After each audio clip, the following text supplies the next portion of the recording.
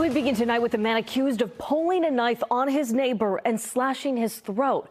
Thanks for staying up with us on this Monday. I'm Priscilla Casper. Glenn has the night off. Our NBC 10's Michael Rosenfield joining us live from Worcester, where the suspect appeared in court. Michael, what are you learning tonight?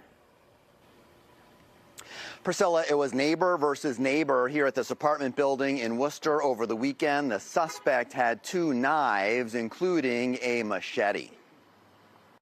Police converged on an apartment building on June Street in Worcester Saturday morning.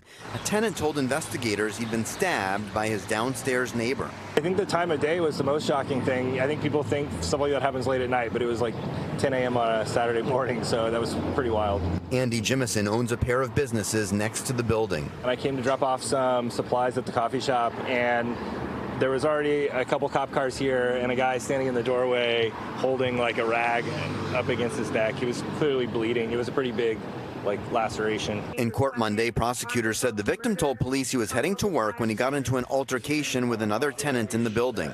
The two had apparently had conflicts before.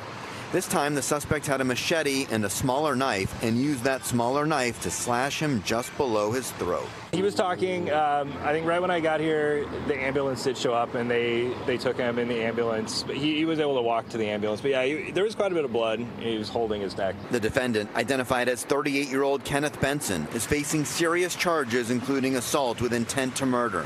He was allowed to stay out of view in the courtroom at his arraignment. Police were able to locate several bloody items in the defendant's residence when they searched it. It is a little bit alarming. Jessica Rao, who lives in the neighborhood, says she doesn't think twice about walking in the area with her child. Generally, it's a neighborhood that I feel safe, hanging out with her around, scooting around.